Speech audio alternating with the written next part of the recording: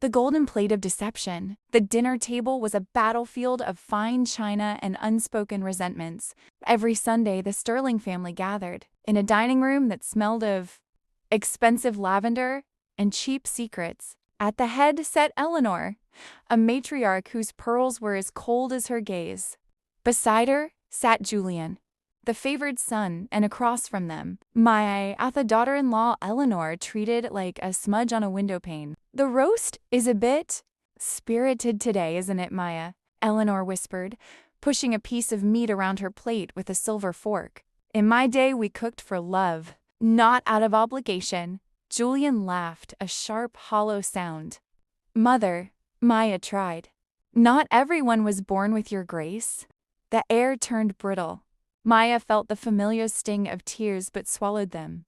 She had spent 5 hours on this meal, but in this house, effort was just another word for failure. Then the door opened. It was Thomas, the younger brother, the black sheep who had been disowned for marrying for love instead of status. He walked in carrying a small, weathered wooden box. "Dinner is served," Thomas said, his voice dripping with cinematic gravity. He placed the box in front of Eleanor. "A gift from Father's secret estate. The one you tried to hide during the probate, Julian." The room went silent. Julian's face drained of color, turning the shade of spoiled milk. "Thomas, leave." "You're delusional," he hissed, but his hand trembled as he reached for his wine glass. "Open it, Mother," Thomas urged. Eleanor's polished fingers pried the lid back. Inside sat a single tarnished brass key and a letter sealed in wax. As she read, her hand flew to her throat. The letter revealed that the Sterling fortune was a mountain of debt, held together by Julian's systematic embezzlement of the family's charity funds. "You stole from the orphans?" Eleanor's voice rose to a theatrical shriek. She stood up, knocking her chair over with a crash that echoed like a gunshot. "My own son, a common thief." Julian leaped up, pointing a finger at Maya. "She's the one! She's been poisoning your mind."